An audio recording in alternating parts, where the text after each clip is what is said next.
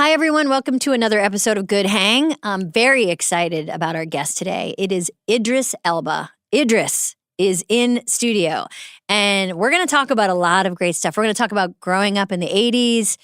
We're going to talk about Stringer Bell, of course. We're going to talk about cringe comedy. He's going to try to convince me to go to Ibiza. So there's going to be a lot of fun to be had. And we always start our podcasts the same way. We ask somebody who knows our guest to zoom in and give us a question so they can kind of help me get to know them. And we have a real big star zooming in today. It is John Cena. John, look at your suit. You look so nice. Can you hear me? This episode of Good Hang is presented by Walmart. School supplies, we all remember getting them. I remember Trapper Keepers and so many colored pens, but now I'm sure there's a million more things to get. And thankfully, Walmart has essential back-to-school supplies starting at 25 cents, plus all the latest tech starting at $9. Who knew? Hello Kitty pencil cases, Nintendo notebooks, food-shaped erasers, Chromebooks, keyboards, and more at low Walmart prices. They even have Lilo and Stitch headphones. Who knew? Shop Walmart.com to score their favorite back-to-school tech and supplies.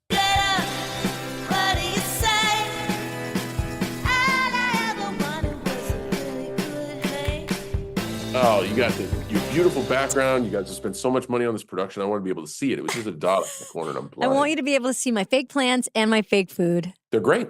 John, fantastic. it's so good to see you. What's in the fake mug? This mug? Yeah. You know what's in this real mug is real berries tea, a wonderful Irish tea, my favorite tea to drink. Awesome. Excellent. Not even a sponsor. What do you have? Drinking my own urine. John's drinking a yellowy salty. liquid. What do you got? What do you got in there? What are you drinking? No, it's my own urine. I'm going through a Howard Hughes phase. Okay. All right. How are you? How's it going? It's great to see you. We haven't seen each other in person since we did a movie together. Well, we bumped into each other. We did. That's right. Yeah. Some conversations among friends about wine and good stories and sunsets and all that, which I'm very grateful for. I loved working with you. I would love to do it again. You're constantly working and doing such great stuff. And I think of our time together very, very fondly. That was a really good time on the movie Sisters.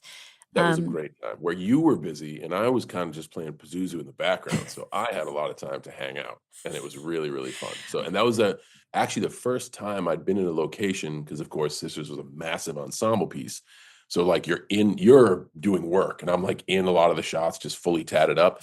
But a lot of my days weren't a lot of heavy lifting. So you kind of gave me my first vacation in like 15 years. And I'm grateful for that. I know, because no one works harder than you. You work hard. Well, you're about to talk to somebody who I think wins that argument. Really? He beats you in the hard work category? Idris is a robot. Period. End stop. Like if you think you're working hard, there's always somebody at the next level. Mm-hmm. Idris is crazy. Like he goes. Yeah. That's amazing to hear from you because I know how you approach your work. It's very professional, very serious. You love it. You have fun and everybody feels fun when they work with you, but you work really hard. So you're telling me that Idris is even more of a machine? Yeah. He just like, I need to shut down. Like when it's time to go, all right, cool. And I'm like a 9 to 5 person. Idris will work a full day and then fly to Vegas to DJ for the whole night. And then fly back to work the next morning and then go to the studio and make new music. Like he just, I'm like, I need to be put in my lane and be like, okay, this is the day's work. Go out and get it. He's everywhere all at once. I don't know how he does what he does. That's one of my questions is literally, how do you stay awake? Honestly, he does live an AM and PM life, like an AM, PM, AM life, like he's doing his last set at 4 a.m. and then he's on set and insane when the camera turns on. Like he's a great human being. I can't say enough good things about him. Your movie Heads of State is coming out on Amazon. Yep. And Thank you very much for that. I appreciate it. You're so welcome. Hope everybody watches and enjoys it. It looks so great. And you play a fictional president of the United States, and he plays the Prime Minister of the UK. Yes. Never know if I should say England, the UK, or Britain, so that's why I hesitated. We got all three, so Okay, you're covered. Great, covered. And I have to say, it looks like such a satisfying, timely and fun and juicy film because I would like you to be president. Will you be president? And I'm putting you on the spot. They don't let folks who wear coats like this have a chance. That's true. That's true. You did ruin your chances. Myself out of the position. Yes, indeed. You're wearing a very striped coat, and they're not going to let you in. Yeah, that was your first time working together? We worked together on a movie called The Suicide Squad. Of course. Where we played superheroes that were like a buddy comedy almost. Like he's the head down guy, I'm the aloof, ignorant guy, and Peter Safran, the producer of that movie, was like, "This is good. We need to do this again." And the thing about Heads of State that's very fun, and you said, you play a fictional president, he plays a fictional prime minister.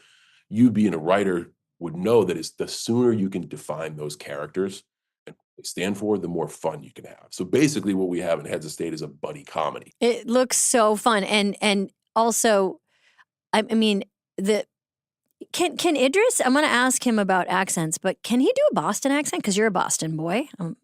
Yeah, but my Boston accent sucks. It does? I need to have I need to What, have you lost it, John? What, you think you're better than us? What? Yes, I do. I do think it's gone away. It's been, I don't know. You haven't watched the Karen Reed trial and gotten and brushed up on that? My phone would not stop God. with that. You have no idea. It's taken the state by storm. If I stop drinking my own urine and start drinking some Sam Adams, it doesn't come back to you? The Boston doesn't come back? 100% comes back. Every time I go to West Newbury to see my family, my wife is literally like, "What happened? You talk different." Totally. And it's just you go back and you just get into the vortex. There's just some friends who you can't say their name without having the accent. You cannot. Yeah. I try, but you cannot. Okay, so what question do you want me to ask Idris today? Is there anything you want to know about Idris that you didn't get a chance to ask him, or something you think I should ask him? So that's a great question. Idris is somebody I respect and admire. And a lot of the driving force there is because he's still so motivated. Somebody who's been an on-screen performer and a great one for decades and literally has so many achievements. It would be the same question if you gave me a question to ask you. Like, what keeps you going? And in the stories that Idris has shared with me, he comes from very humble beginnings. This is a former automotive assembly line worker who, he was just talking the other day about how he moved to New York and worked the door at a club. And then would go after hours with all the club folks to a special place that you just lock the door and leave at 7 a.m. Like everybody in life has such an interesting story, and Idris is no different. But to be where he's at and to still go like he does, I just want to know. I don't want to know the secret because everybody's story is different. But I really want to know what keeps him so driven. You know what I love about you, John? And by the way, I hope someday you come do this. You say this houndstooth jacket, I agree. It's this houndstooth jacket that you're wearing and the urine that you're drinking. No. No, what I love about you is you love people. You are a curious person about people. You care and see, like in my experience with you, you're very interested in how all different types of people approach life. Everybody truly does have a story, and you can learn from everybody, Thank you so much for doing this. It really means a lot that you gave the time, and I can't wait to see your movie and see you in person. Let's decant some wine somewhere. This is the soft open to an actual good hang. All right. Thanks so much, John. So good to see you. Amy, thanks so much. Thanks, buddy. Talk to you soon. Bye. This episode is brought to you by Degree Cool Rush Deodorant. I'm a big fan of people owning their mistakes, like how last year Degree changed their Cool Rush formula and men were mad. One guy even started a petition. So Degree listened, admitted they messed up, and they're now bringing the OG Cool Rush scent back. It's clean, crisp, and fresh. No wonder it's been the #1 men's antiperspirant for the last decade. And it's in Walmart, Target, and other stores now for under $4. Just look for the light blue one. Degree Cool Rush is back, and it smells like victory for everyone. Excitement. Oh wait. What? Wait. Oh. Wait. We're twinning. Wow. We cue the slow motion music. You know, there is a part of me that always tries to think about what the guest would wear, and I do try a little bit unconsciously to just dress for my guest. Oh, no way. And You're look joking. at us. You did it. Look at us. We did it. I can take this off and do the T-shirt. No, I feel like we got it. We have to stay. We have to stay in this now. I'm so thrilled to talk to you today. Wow, thank you. And So am I. you know, we are the same age. I think I'm older than you. No, Yeah. 1972, babe. Wow. 1971. Ah. And we're both Virgos. And when's your birthday? September 16th. I'm September 6th. And I saw that, and I want to ask and start asking you a question, which is, what does it feel like to be a Virgo? What does it feel like? Do you identify as a Virgo? Do you see qualities in Virgo that you feel are yours? Okay, so if I'm really honest, I have this weird statistic thing, right? Let's just get this straight. That's Yeah. all I understand. Okay, there's like how many billion people on the earth, right? Yeah. Are we suggesting that everyone, This is very Virgo of you. I know, but everyone that was born in that particular time period, around that time, has similar traits? I mean, this is the logic that I Yeah. find myself wrestling with. I understand. You're a challenger. You're a Virgo. It makes sense. Or is it that everyone you've met that says, hey, are you Virgo? I'm a Virgo. Do you do? I do. And then that becomes the myth. Would this make you feel better? Beyonce is a Virgo. Do you want to be in the club now? Yep. Okay. Yeah, okay. That's what I thought. No, I knew she was a Virgo, actually. Yeah. Well, Virgos see each other. They recognize each other. Yeah, it is. Okay. We don't have to get into it. No, we can. But you are in your 50s. I want to ask you, what is it like being in your 50s? What do you think of this decade? Really interesting, right? Yeah. Because, we were born when we were 10, 11, the 80s I know. happened. Our consciousness was born at the same time, one of the coolest decades generationally ever. Yeah. And we were born into that. Some of the coolest things, art, music, culture, some of the craziest world politics that set the dynamics for where we are right now, all happened when we were sort of like our emotions were blossoming and our adolescence were growing. I mean, we're a very unique generation. Okay. I agree. I love being Gen X. Oh. I feel proud of it. Do Yeah, you feel? I feel like exactly what you said. I feel like we straddled these two different worlds. Like Yes. our young world was like our parents, and now we're in future robot times. That's true. Which, partly we invented because it's like robots, toys, 2001. What was that going to be like? And We're we got in to it. see it. We got it, yeah. I know. We watched movies about flying cars, and it's going to And happen. it's happening. Robots that talk and aliens. Ooh, Do you believe in aliens? Yeah. Of course I Oh, do. but not astrology. Well, astrology is based on some weird alien science Okay. that has left behind. Aliens left behind. Yeah. Like, did you know that these... Anyway, I was going to say that the other part about being 50 is that I don't love that at this age, the age of being wellness and consciousness is so upon us, yet our bodies fail us. I know. That's Well, the me. biggest bummer. I mean, the fact that you can get hurt just Walking. getting out of bed. Yeah. That is the part that just feels like, well, I mean, what you have to do, you have to use your body still a lot. You use it a lot in this movie that we're talking about, Heads of State. How do you, do you have to do, like, what do you do to stay flexible? That's what we have to do, is stay flexible. Yeah. Do you do yoga? Do you do, what do you do for your stretching? Because I'm trying to get more stretching going Really? on. I'm not a very flexible. Like, do you have tight hamstrings? Yeah. Tight hip flexors. Yeah. Hip flexors. You? Yeah. So mine are my hamstrings, which is Okay. embarrassing because I'm so short. It's like to not be able to touch your We're the same toes. height. No, that's- You ever same height, same yeah, we're the outfit? same height, yeah. Same age. Okay. Yeah. I mean- So do you do pigeon pose? Do you know what the pigeon pose no. is? What does that look like? It's the yoga pose where you get you stretch your hips, basically. Do you know that pose? So you're sitting on your bum and Yeah. you got your and legs you out like that? put your knee up and you kind of lean over your knee. I don't do that. Okay, good. I do, it's the squat. Just squatting. Yeah, like before we were Homo sapien Yeah. squat, You can squat. Yeah. That's Yeah. impressive. It is, actually. Your knees can handle that? No. Yeah. Getting down's easy. That's the thing. Getting up. It's You an issue. got a guy who helps you get up because you can't get once you get down, you're stuck. No, my pride is there's no guy helping me get up. Of course not. I am like, I'm okay. And everyone's like, we're ready to shoot. We're just waiting for Idris to get out of his squat. Just get out of his squat. Good thing about squatting, though, not to be graphic, it's good for the. Pooping. I was going to say number 2, but we can go with It's pooping. really good. A lot of people know that. But I mean, I feel like my 50s, to your point, age-wise, like emotionally, mentally, spiritually, I feel great. Feel good, yeah. Right? Yeah. I feel finally like I'm figuring myself out in a way that's very real. And Yeah. I have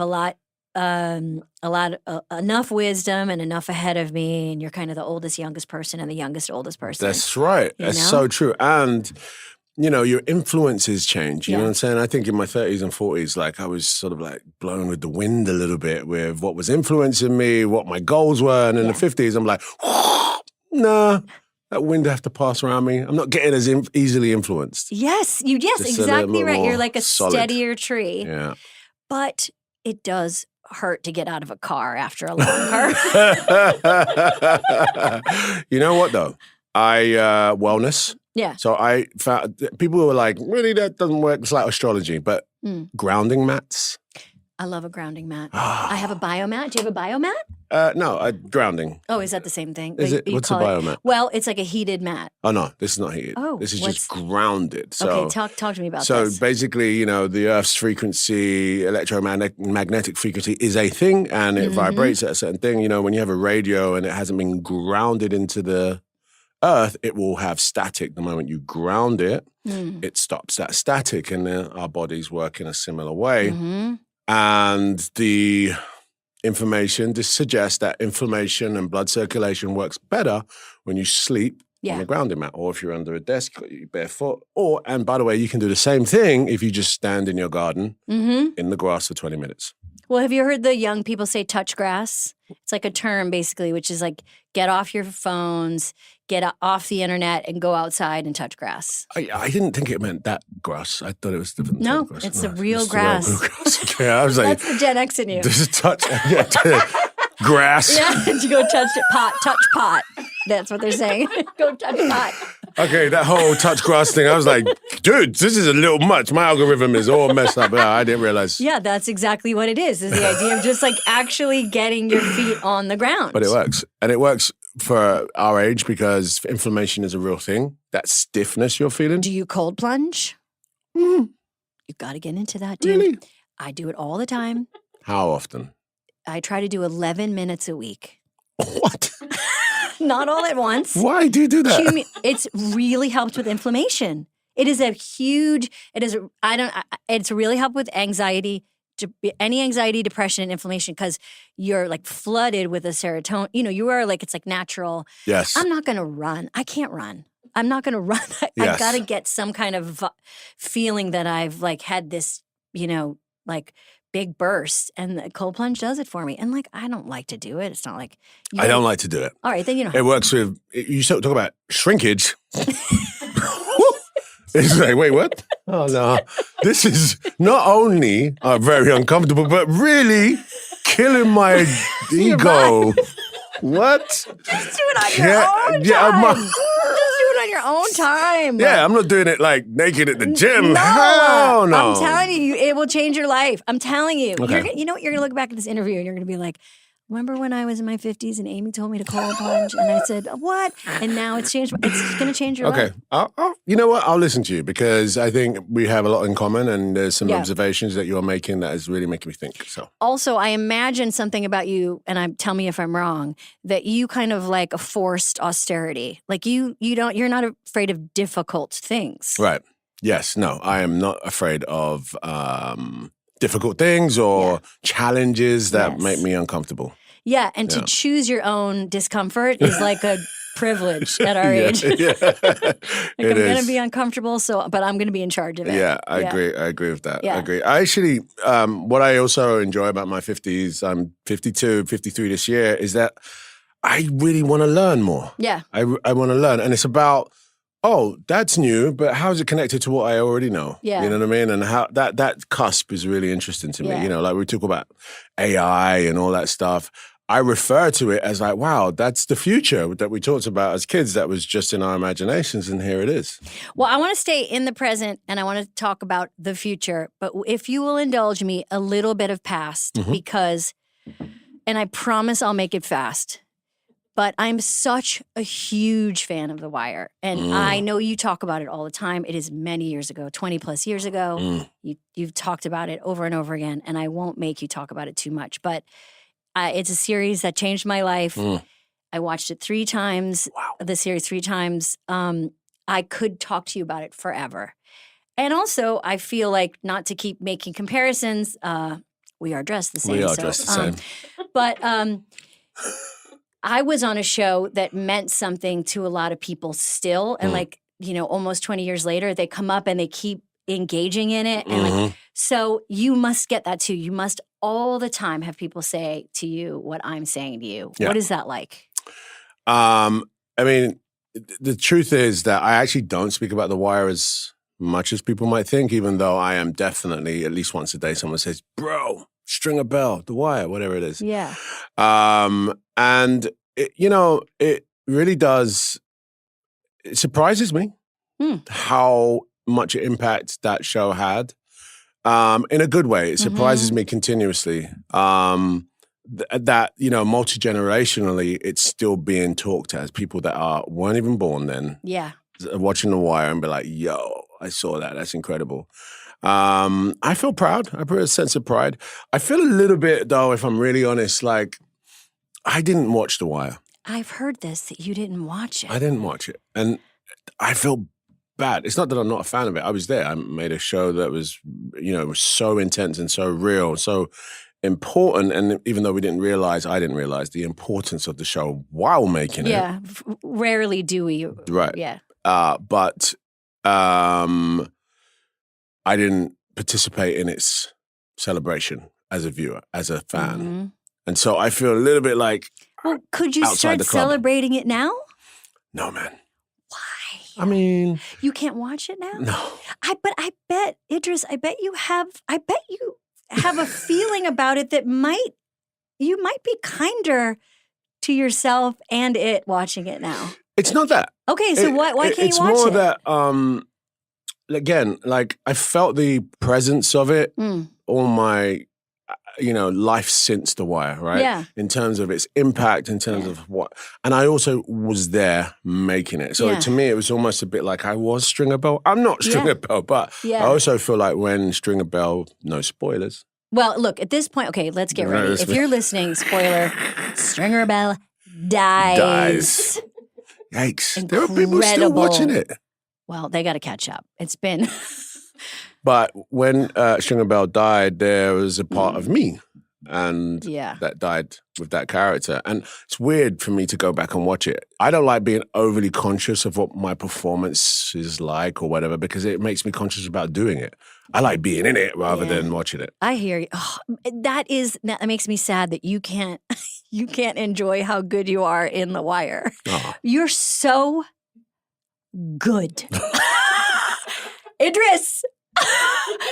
Okay, I know. I'm going to turn into like from my twin. I'm taking this. Thank you. Okay, because just a few questions, which is Stringer Bells.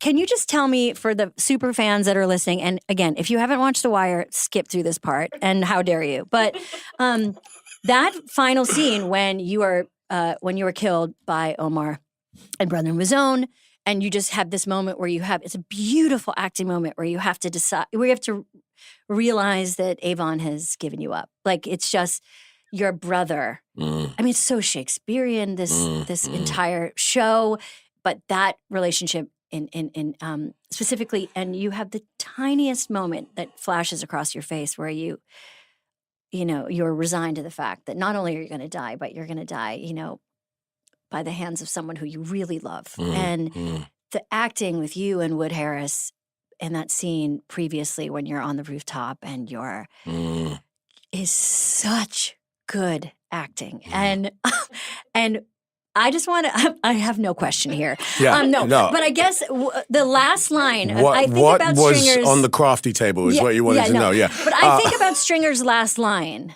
because it's such a testament to David Simon and the writers of that show. The writing was so incredible. When Stringer says, like, "I guess there's nothing I can say to change your mind. Get on with it, then." You know, paraphrasing, but. It's his entire arc as a character. He's spent the entire show trying to convince people to like that there's another way of doing things. Can you just tell me about that scene and shooting it with rest in peace, Michael K. Williams? Yeah, man. I mean, it was a really interesting time. I mean, yes, testament to the writing, David Simon, and the poetry of what we're saying about beheading the man, the character that is offering a slightly different perspective on this chaotic town, chaotic situation for, you know, the residents, the people of Baltimore, but also the towns across America in this sort of, I would say, what's the word? You know, not culture, but that lifestyle that. This is a perpetual thing that keeps going. And then along comes a spider where he's like, hey, let's try something different. Let's turn this into this and crawl out of this hole, but we kill that character. That's why The Wire is so good because the system is the machine. Yeah. People keep trying to get up out of the machine and the system keeps pushing them down. But the system is also using puppets to do it to each other. Right. All right. So the system isn't really prevalent. It's the strings, no pun, are holding Brother in zone who, you know, has his reasons. You've got Omar who has his reasons. But the system has made everyone blindfolded. And Stringer was like, no, take them off. I know. All right. I know. Stringer had a plan. And what do you ever think about, or did you guys ever talk about if Stringer stayed on, lived as a character, what he would go on to do? Like, yeah, we did. I mean, a lot, because Stringer is a real person who is still alive. And Stringer went on to become a very successful businessman who, you know, will remain anonymous forever, but successfully built a lot of businesses and, you know, crawled out of the hole. So in dramatic terms on The Wire, you know, it wouldn't have made sense for Stringer to get out. Although in reality, Stringer did get out. Wow. Okay, but that's not dramatic enough, you know. I mean, that's not the story. No, and it was like a season 3 gut punch. And it also, I mean, good shows do that, is they sacrifice. They sacrifice, yeah. And I was for it.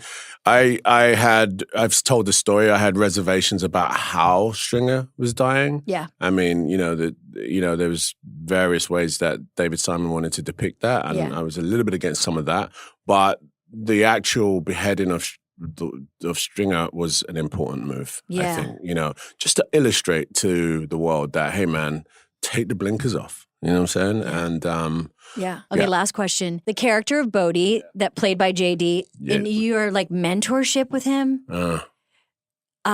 is one of the many incredible relationships on that show. Like that is a heartbreaker. It's a heartbreaker what happens to Stringer, and it's eventually a heartbreaker what happens to JD's character, Bodhi. Yeah. What was it like working with him, like a young actor like that? Amazing, man. Like, you know, he's a fly dude. Yeah. And he was a fly dude. He was the fly young kid on the set.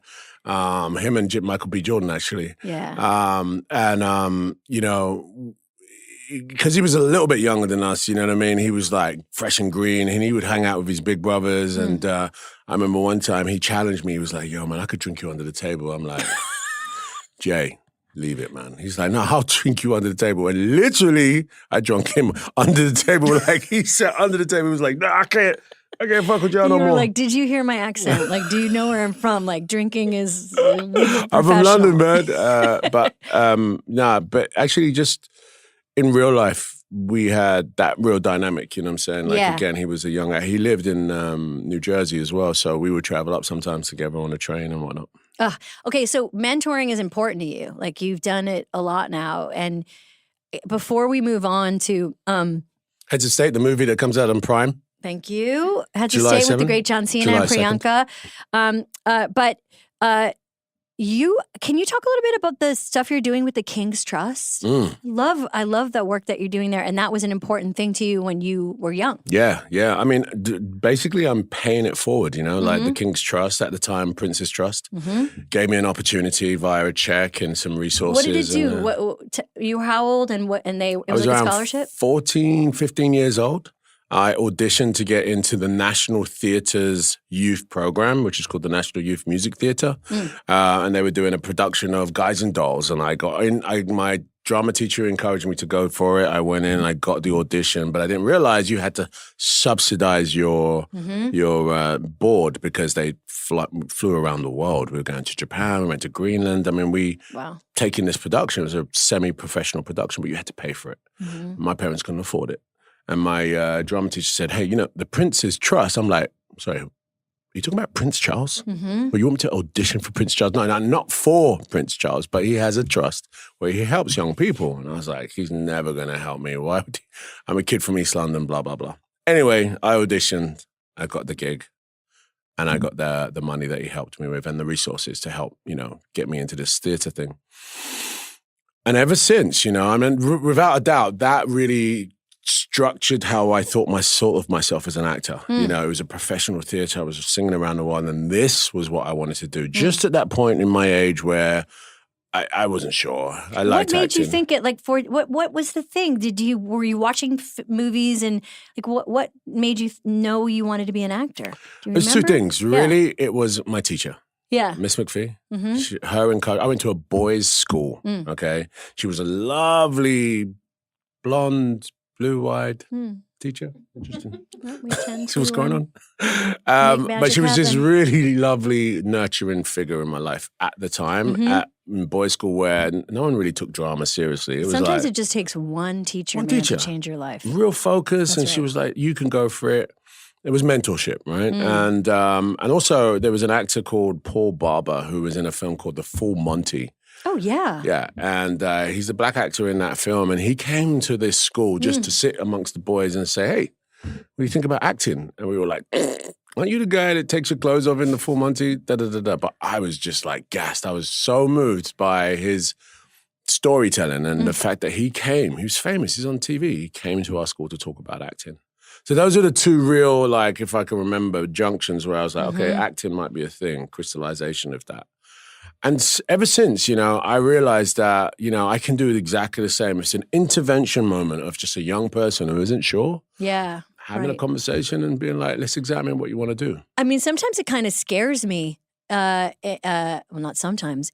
What is scary is that the slightest change changes the direction of your life, especially around that age. And the positive version of that is what you talk about, right? Which is like you see someone that you want to emulate and you just realize like this is the way my life's going to be. And then in the same way, like the tiniest bit of nudge the wrong way and you're off on a track and then you're That's so true. It's in our generation, right? Human empathy. We got a lot of our sort of magic from TV. Yeah. And those are unilateral moments where we all sat, watched the same shows, whatever they were. And those were our influences, right? All at the same time, whether it's America, Europe, we were all watching the same sort of thing. The Fonz, Happy Days, whatever it was, right? Now, and if an uncle and auntie spoke to you about what you want to do, that conversation meant something because you weren't getting a phone. You weren't staring at a phone, which has all these different influences. Now, all right, young kids are influenced by so much. They're just overstimulated. And a lot of it is negative. A lot of it's pitting themselves against things they'll never be able to afford or have. This elevated sense of self where, in our day, I think, I hate to say it, in our day. Well, we're really sounding really old right now. If we're going to talk about phones, we're screwed. We are. I mean, my phone is my best friend.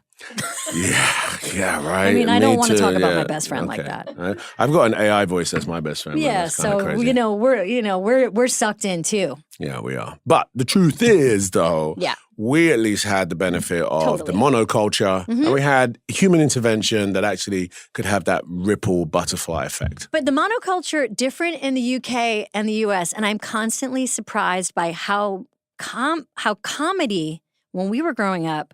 We were not watching the same things. Really? You weren't watching the Fonz?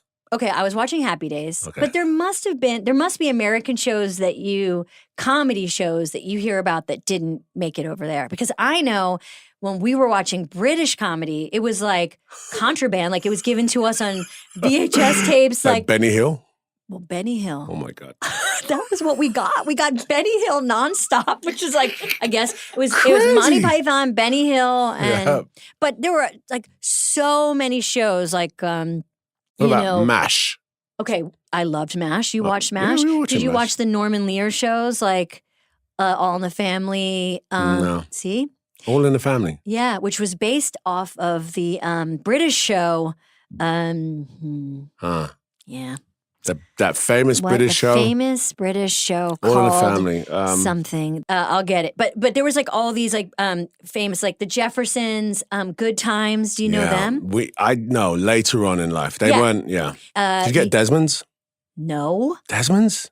I don't even know what Desmond's is. Desmond's is the barbershop show, man. It was a black show. It was comedy. It was like, I don't want to say the Cosbys, but it was a family that run a barbershop. It was hilarious. Yeah, so there were versions of each other's comedy at the time that we didn't know about each other, which I think is so interesting because we're so aligned, but there was something specific about UK and US comedy at the time in the 70s and 80s where you like found out about people's stuff and it felt like you were seeing it for the first time. Yeah. I mean, I can remember like learning about Steve Coogan, for example, and no one knowing who he was or like I remember coming to New York City. Yeah.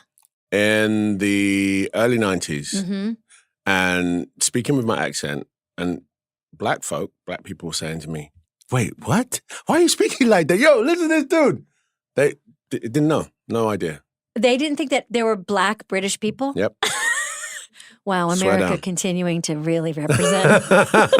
No, but to your point about monoculture, like our shows, our culture did not, ABC was not picking up Desmond's. You know what I'm saying? We did not. We had really flat versions of each other. It felt like Americans were like, confident and loud and taking up too much space, and the Brits were reserved and polite, artistic, and secretly better than us. I mean, and I do think that the accent gets you. People think people with British accents are very smart. This is true. Actually, you're right. We somehow give a sense of that the way we speak makes us more intelligent. You're right. I've dined off this for a long time. I would too. I'm not that smart. I was going to say that growing up is realizing that British people are not any smarter than you. Whoa. That's not what what? That's what it is. How did we get there? That's being an adult. You're right. Facing the truth. Yes, because it's so easy to get sucked in.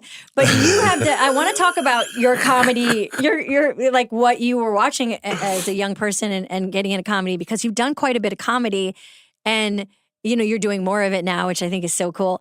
But for a second about accents, you have had to do a lot of accents, a lot of different accents. Where you're playing Nelson Mandela, or you're playing like an African warlord, and you're playing and you do them really well. Is there one that you can't do? Like American. That is not true. Your American accent is.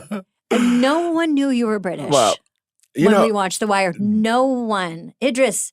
This is, what it is? The truth is, when I was doing The Wire, that I was not British. I was like living in Brooklyn, then New Jersey, and in the depths of New Jersey near Newark. And at that junction, I'd lived in America for 4 or 5 years. Like my accent shifted. Yeah. And Alexa Fogel, the casting director of The Wire, she was like, by the way, don't come in here with that British accent. Now I see why you don't watch it. Now I get it. Yeah, I think you don't watch The Wire because you're thinking about your accent. Of course. But also... I'm here to tell you, and I have a thing about Brits and their accents. You do? Yes. Okay. Because they win a lot of awards, and their accents are like, "Let me tell you something, sir." Like you're like, it's like, no, you don't.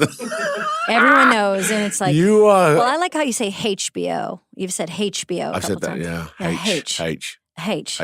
HBO.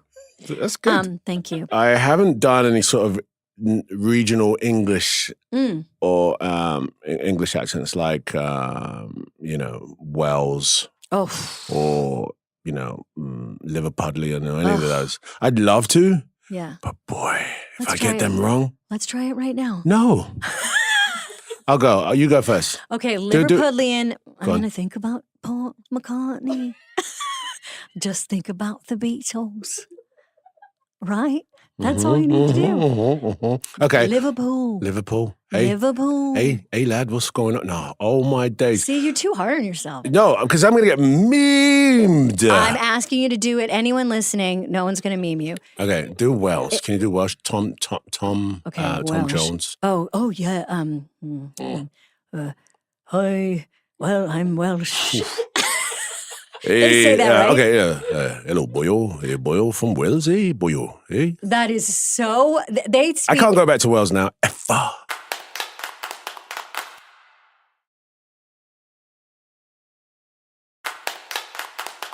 Okay, so talk about comedy, your relationship to it, because I think people probably think you're very serious. Yes. And I've learned that you're not.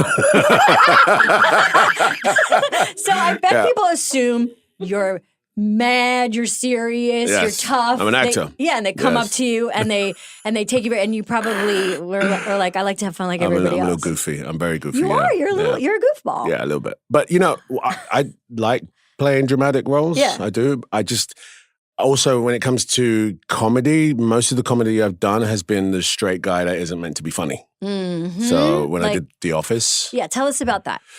How'd you get that job? I mean, I got that job because I think John Krasinski was a big Wire fan. He was like, "We need that guy. We need that guy." Paul Feig. Yes, Paul Feig, That's great my director. guy, great director. He, but it was a part of that casting process for me. And, it was described as this guy who's a bit like Stringer Bell. He's real serious. He's a businessman, but, you don't laugh at anyone. You don't suffer fools and da-da-da. And I was like, okay. But first of all, the UK office. Incredible. Oh. The biggest fan. Better than the American office? No. What? Are you Different, saying? not better, but in many ways, I've talked about this with Mike Schur, who created Parks and Rec, and who started working on the American Office and did Parks and Rec and many other shows. And I remember when he was going to do the American Office, I thought this is a terrible idea, because the British Office was so good. Yeah. It was a complete specific POV, and we thought, no way. Yeah. But then we heard that Steve Carell was hired, and I knew Carell from Chicago, and I was like, he's funny. Yeah. He's really good. Yeah, And suddenly yeah. it was like, oh, this is just going to be a different version. Yeah, so yeah, I would yeah. say I can't compare the two. But I do have a special place in my heart for the British version because it was the first one I saw. Me too. And Yeah. the cringe humor. This Yeah. is what is cringe humor. And I think the Brits do cringe humor better, or not better, but do it well because we're so repressed. Totally.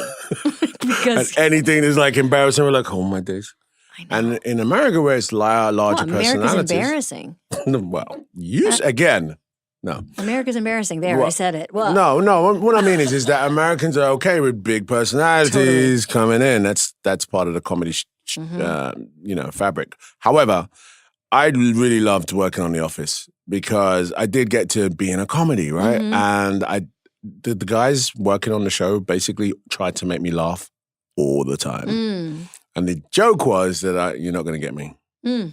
And the more silly they got, the more I stayed straight. And that became the comedy. Mm. It was amazing. It was a lot of So fun. you're good at keeping a straight face. No, I'm a proper. I want to be in the stupid side. I want to be doing stupid shit. But the gig was that I stayed really serious. Mhm. Even just now, you got very serious. It was a lot of fun. It Yeah. was amazing. It was amazing. And then since then, some of the comedy stuff I've done is really playing the straight guy. Yeah. In Heads of State. Yeah. You get to get bit in bigger. there. Yeah. But we're still playing on the trope of repressed British Prime Minister. Right. Doesn't like this big American personality, Mm-hmm. and we're still playing with that. So, but yeah. But like, do you want to do more comedic stuff? Yes, do you please. like it? Isn't Yes, it please. fun? It is, man. Because I got to say, like, your job, a lot of the stuff you do, it combines a lot of things I don't want to do. Running, shooting nights, like Yes. so many night shoots Night on the wire. shoots. Like I watched and I was like, oh, Crying. crying, like jumping. But you've said that you like all this action stuff. You like doing stunts? I do. What do you like about it? It's a choreography. It's a dance. yeah. You know, I love learning a new fight, and I'm always convinced that I can make it look realer. So, you see someone that's like kicking butt, but I want to make it look a little bit more real. I love it though. I love the technicalities of it. Yeah, I like fighting. I like to fight. That's plainly it. I think about like I do sometimes have fantasies about doing an action film that requires very little talking, because that's the one thing I like about action films. It's like your day is just walking, like The Bourne Identity, like a shooting day is just him walking from one train station to the other, no like dialogue, wearing a leather jacket. What a dream! Yeah. So in this movie, you're working with John Cena, the great John Cena. The great John Cena. Tell me about you and John worked together first in Suicide Squad. Yeah. How do you guys get along? What do you think about John? I think everyone had a bit of a crush on John Cena, right? The wrestler. He's like this big personality, cool, big wrestling type. And then, I watched him transition into acting and thought, wow, the wrestlers tend to be great at performance regardless, so they end up transitioning to acting in really cool ways. Yeah. And I felt John was one of those transitions that did really good. Yeah. I liked him. Then when I got to work with him in Suicide Squad, first of all, when you ever met John Cena? I did. He was in a movie that me and Tina Fey were in called Sisters, and we spent like a couple weeks together. He's a Renaissance man. Dude. He loves wine and art. And he's classical piano. He's a very sweet, artistic, tender guy. I find him to be very emotional and sweet. I agree. And it turns out that, when I met him, I thought he was going to be this goofy, big character. And he's like, hey, Idris, how are you? Nice to meet you. I'm a really big fan of your work. And I'm like, what's going on? Are we acting? I'm more goofy than John is. Yeah, you did the thing that happens to you where people were like, Idris is very serious. You were like, John is so funny. And John was like, I'm kind of serious. Yeah, he's very serious. And you were like, I'm a goofball. Yeah. When I walked into his trailer one time, we are going to just run some lines. And then I was like, oh, there's a grand piano in here. Why is that? He's like, oh, yeah, I'm teaching myself to learn classical piano. Anyway, so about these lines. I'm looking at him like, what now? First of all, he has fingers the size of like one of John's fingers, So playing the piano. Yeah. I was like, anyway, I was fascinated. Giant finger But piano. he's a really lovely guy. I think he and I knew that, working together, we could play into the dynamic of, I'm not naturally comically funny, but I can play against someone that is really trying to, is really funny in that way. But what is naturally comically funny? I mean, it's kind of, but it's an interesting, you bring up something very interesting, which is I think sometimes people don't realize that playing the scene is pretty much the same if you're doing a comedy or a drama. You just got to play it real. Yeah, that's true. Have you hosted SNL? Yes. And how was that experience? It was a classic. Everyone talks about it. Yeah, sorry. No. Who was the musical guest? Khalid. Oh, yeah. Khalid, yes. What year was that? Sorry. What year was that? It was the year that I did that very famous film I was promoting. Yes. What year was that? Because we'll never be able to find out. I have a laptop here and we can never find it out. What year did Idris host? Can we find out? And what is the name of the British show that All in the Family was based on? You're going to come back. Jenna, please tell me. That's what happens if you can't let things go. I know. Forget it. I know. Memory it's done. Because we have too much stuff to think about. This is true. The storage is full. Sometimes I like to think about dragging files in my brain to trash. I'm not going to need to know that anymore. I don't. Wow. Because I think dragging files. Dragging it to trash to make some room. Don't you feel like all the lines you had to learn as an actor, sometimes I'm like, it just has taken up too much space in my head. No, I don't. No, that's Are you good at learning lines? I'm good at learning the sense of things, Yeah. and then the lines will follow. Yeah. I hate when it's like, okay, you have to go to this address at 5 o'clock to pick up that person. I'm like, what? But if I understand that you and I are having a debate about something, I'll remember the lines based on that. Yeah. But SNL, which was What year? the classic. Not that long ago. It was a seminal year.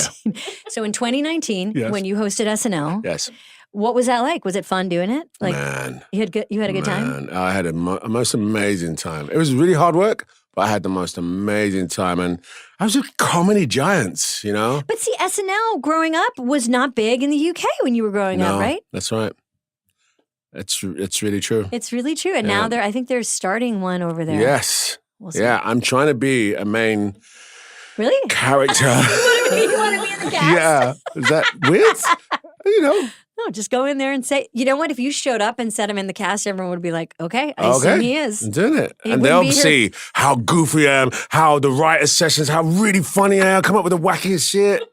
Well, that was always the toughest thing, Idris, is when a host would come in and be like, I'm really funny. And he'd be like, okay. I'd be like, I did. And I'd be like, okay. They'd be like, well, I know I'm usually pretty serious, but I love to do characters. And I was like, Dude, let me tell you, I was that guy. Okay. I remember the first writing meeting I walked in and everyone was like, hey, Idris, man, we love you, man. What's going on? Drinking that coffee, what's going on?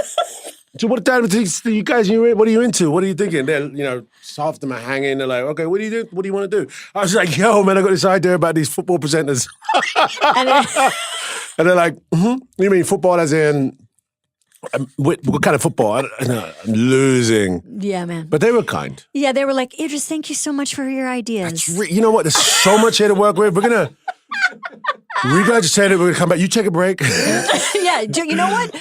Do less. They were like, you Do know what? less. Take a break this week. Have fun. I had a great meeting with Pete, though, in his office. Walked in. Woo! What's up, Pete? Yeah, what's up, man? What's wrong with that? Yo, I love that bit that you was talking about, man. I love football. And then, it was actually a really good week. I Yeah, had the most people incredible. don't know that you walk around from office to office and you just kind of go into everybody's office. Yes. And you're just like meeting, it's like speed dating It or is. something. And you're just like getting people's ideas. And Yeah. I'm sure you got pitched a lot of like, I have an Wacky. idea where you're a guy who, Yeah. you're a bouncer and you throw people out of a club. Okay, I have another idea where you're a boxer and you beat me up. I have another idea. I bet you got a lot of like, I got a lot of, what do we do? Like a James Bond. yeah, I was James Bond. I'm really trying to stay away from that. Like, come on, man. It's James Bond. Like, no, I want to stay away from that.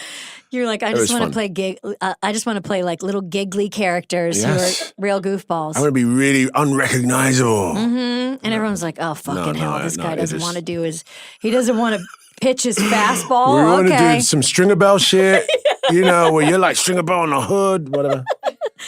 But before we wrap it up, I want to talk a little bit about your relationship to music because I feel like we've been talking a little bit about it today, but like there's this musicality to the stuff that you do, and it's obviously influenced by your actual love of music. You talk about it a lot, how it, talk about acting coming at a certain time, like music came to you at a young point in your life. When did you start, like, speak to how important music is to you and especially when you were a young person and growing up in East London? Yeah, I mean, definitely music was my first love. First love. My dad, I have this record, a picture of me holding a Marvin Gaye album. I'm 4 years old and I'm about to put it on the turntable. That was like my earliest memory of music and listening and being able to put the record on.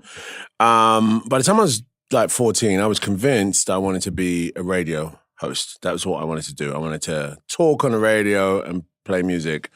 And at the same time, I was getting introduced to acting and the first show I did was a musical. I was singing, all right? I wasn't musical. I didn't learn to play the guitar. I could play the drums, but I wasn't really a musical guy in the sense of, making music, okay? I just loved music.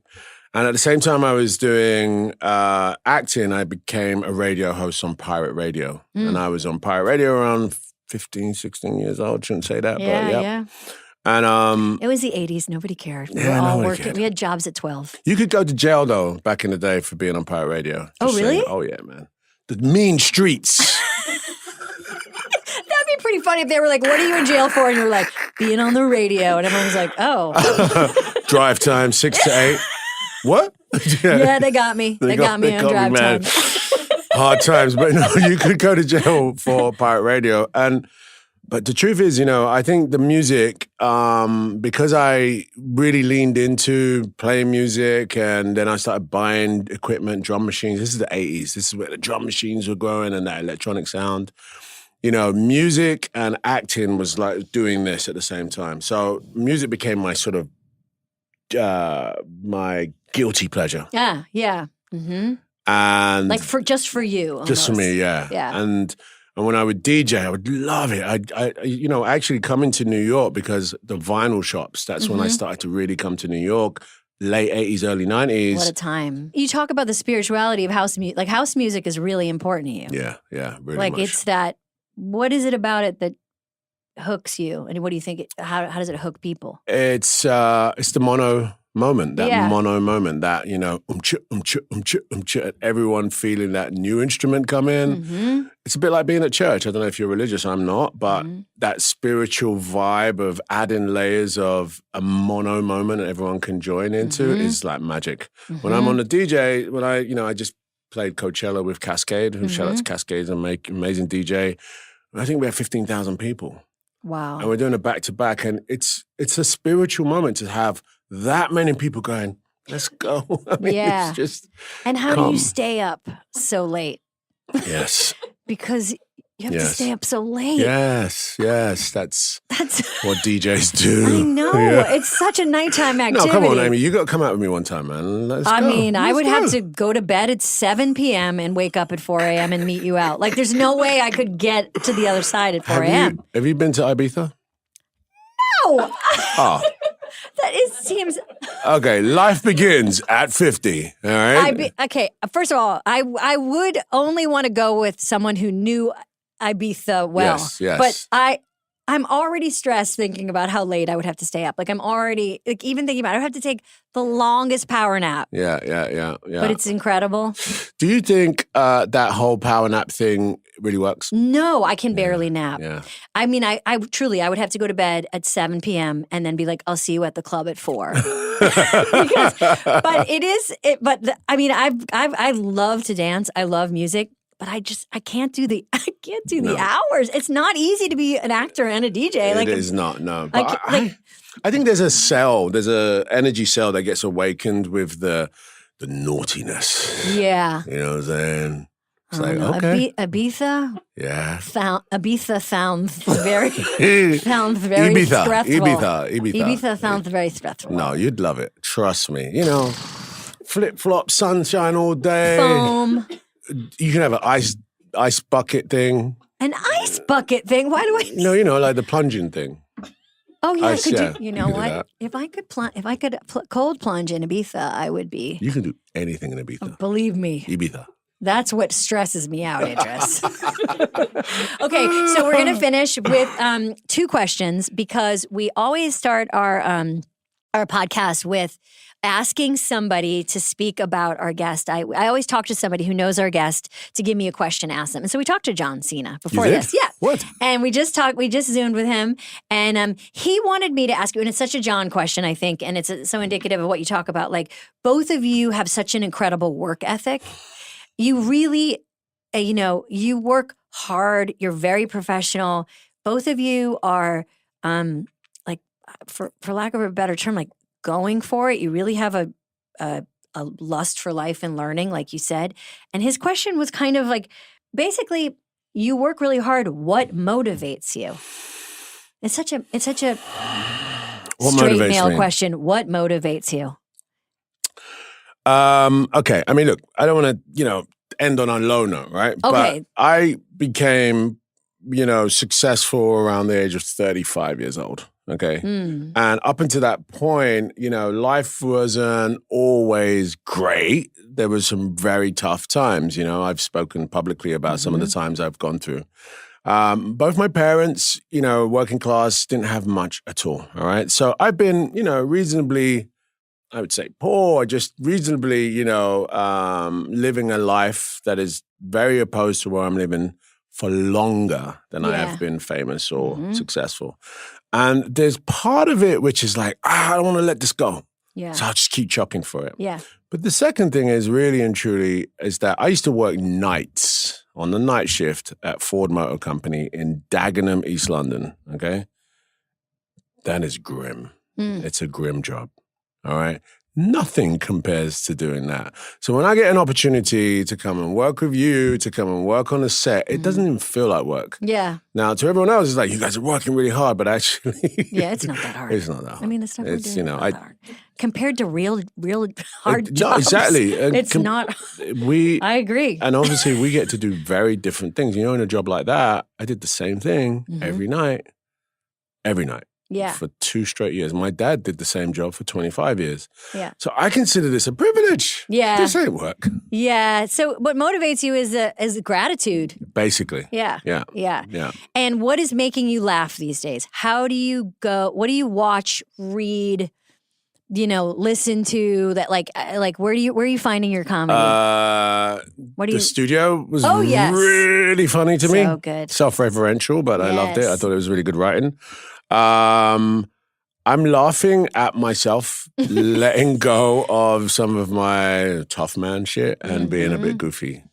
I actually enjoy when people go, what? Yeah. I enjoy doing that. I've seen you do, you're doing some really, I have a really fun TikTok idea I want us to do later. Oh, wow. I have to talk to your team about I it. didn't. No, seriously? No, yeah, I do. And listeners, if you don't know this as we wrap up, but Idris and I are wearing the exact same thing right now. We are. We're wearing what how would you describe this color? Petrol blue? Yep. It's a I was thinking, do you watch football, soccer? ish. Ish, right? At the end of a really great game, Yeah. there's a tradition where the greatest players against each They other, trade. trade. Okay, let's Shall trade we? shirts. We're gonna Let's do trade. it. We're gonna trade shirts. Let's do it, buddy. All right. We're trading shirts. Okay, this is exciting. This is exciting. And I have a Okay. feeling this is gonna. This is not going to fit. Okay, No, I get that. Let's see how far you can get into my Well, jacket. technically, you don't have to wear it because usually it's full of sweat. By the way, and the you don't shirt want that smells sweat, great. but, Listeners, if you wanted to know, the shirt smells great. Oh, wow. Okay, hold on a minute. Oh, I like this look. You're just trying to get I don't know one if that's sleeve gonna in. work, Just but one sleeve. Just one's good. just one. Tiny jacket. But tiny jackets are funny. Tiny jackets are so funny. Look, we did it. We traded. Okay, this is funny. This would be a good comedy where, Yes, what? but I don't laugh. Right? So, Okay, very straight. I just want to go so. Yeah, play it very straight where we're in some kind of shrinking machine. Or you know what it is? It's a body switch comedy. It's What? really what it is. Okay. We should be Let's in a go body. all the way, buddy. Let's go. Idris, so The Wire. Well, I enjoyed working for HBO. Yeah, because, I watched it 9 times. Well, I don't watch it. And I have to say, Stringer, when he did that scene, I'm just going to show you.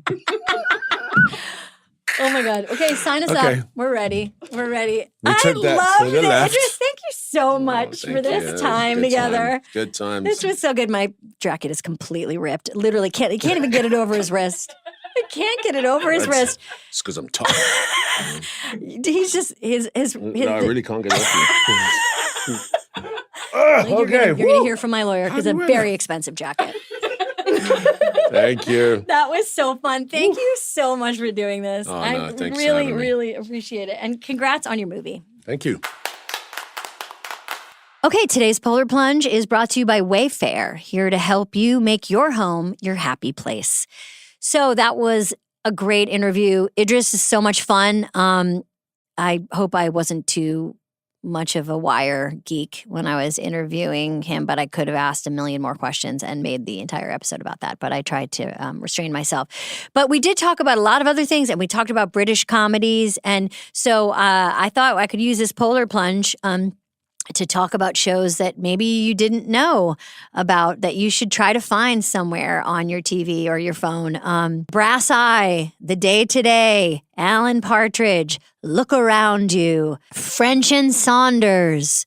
We also realized that the show that All in the Family was based on was Till Death Do Us Part. It took us the entire episode to get it. And it's because we're in our 50s. So, yeah, there's a lot of British comedy. Oh, and Desmond's. I'm going to check out Desmond's now that Idris has brought it to my attention. So, a lot of good comedy in the UK, especially in the 80s and 90s that didn't always come over here. So check it out. But you know what you really should check out is Wayfair, because it makes you turn your home into a happy place. Express your style, create a space you love, cozy sofas, smart essentials, free shipping, easy setup. Head over to wayfair.com, find something that's just your style today. That's WAYFAIR.com. Wayfair, every style, every home. Okay, thanks for listening. Bye. You've been listening to Good Hang. The executive producers for this show are Bill Simmons, Jenna Weiss-Berman, and me, Amy Poehler. The show is produced by The Ringer and Paperkite. For The Ringer, production by Jack Wilson, Kat Spillane, Kaya McMullen, and Alea Zanaris. For Paperkite, production by Sam Green, Joel Lovell, and Jenna Weiss-Berman. Original music by Amy Miles.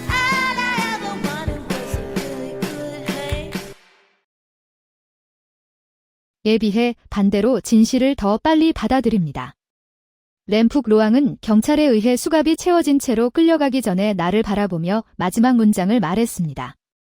켄 서즈데이를 향해 당신은 내가 만난 여자 중 가장 잔인한 여자입니다. ONNHI의 상상에 비하면 얼마나 잔인한가. 나의 잔인함은 아무 가치도 없습니다. 당시 무대는 정말 혼란스러웠다. 나뿐만 아니라 ONNHI에게 괴롭힘을 당했다고 생각되는 모든 소녀들이 데뷔 당일 밤 온라인에서 이야기를 나눴습니다.